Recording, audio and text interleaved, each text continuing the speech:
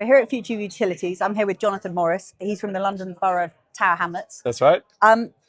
You're the head of Tower Hamlets' new future energy and water systems team. You're following general direction, policy direction from central government.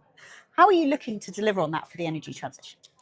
So for the delivery of the government's net zero target of 2050, we, first of all, as a local authority, declared a climate emergency in 2019. And we recognized that, something needs to be done in this space.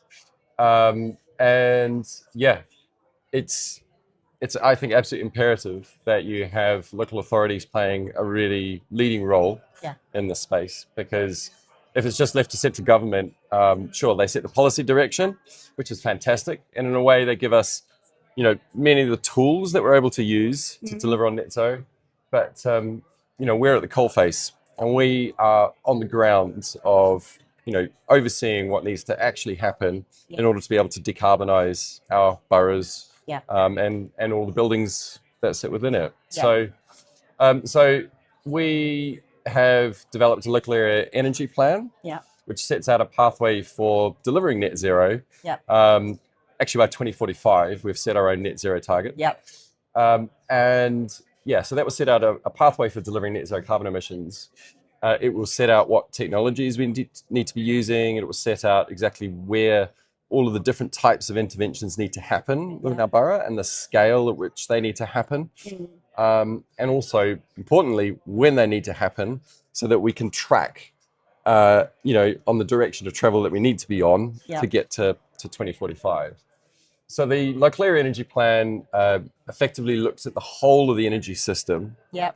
So, you're looking at, for example, electricity supply. They can even look at things like hydrogen as well, possibly gas. But in our borough, we're mostly focused on electricity. Given the particular use types that we have a very high density borough, lots and lots of residents. But actually, we also have Canary Wharf within our borough too. So within our local area energy plan, fundamentally, you're looking at electrified solutions.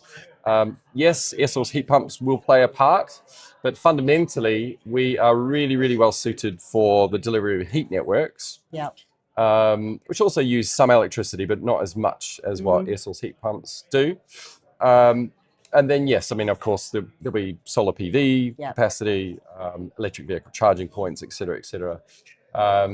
But moving away from gas puts a much bigger emphasis and strain on the electricity network.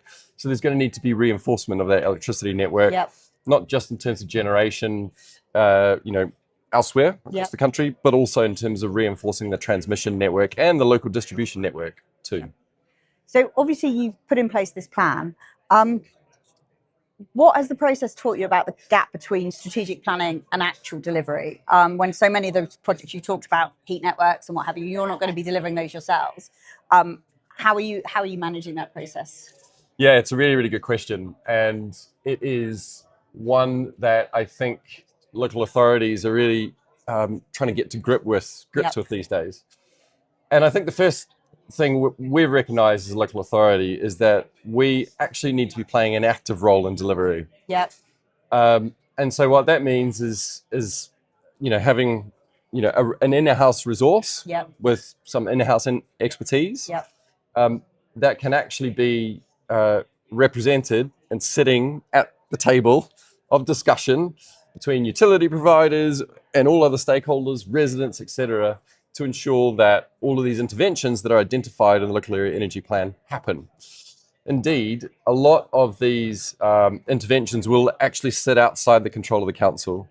So, for example, heat networks are a good example of that, whereby you'll have, private heat network providers who will potentially, no decisions have yet been made, but there is one option of heat network providers coming in and actually delivering heat networks under their own funding and what have you.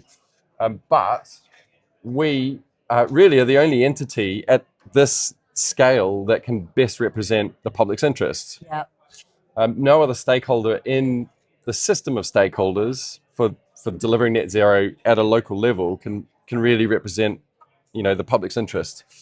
So if we we're really, really focused on facilitating a just energy transition, which means maximizing social benefit.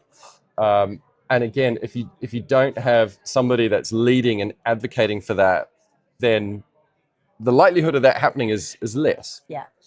So we play a really important role in leading stakeholders, bringing the stakeholders together to have these discussions, and really setting the direction of travel too, by having a local area energy plan, and then saying, right, this needs to happen here. How is this going to happen? Yeah.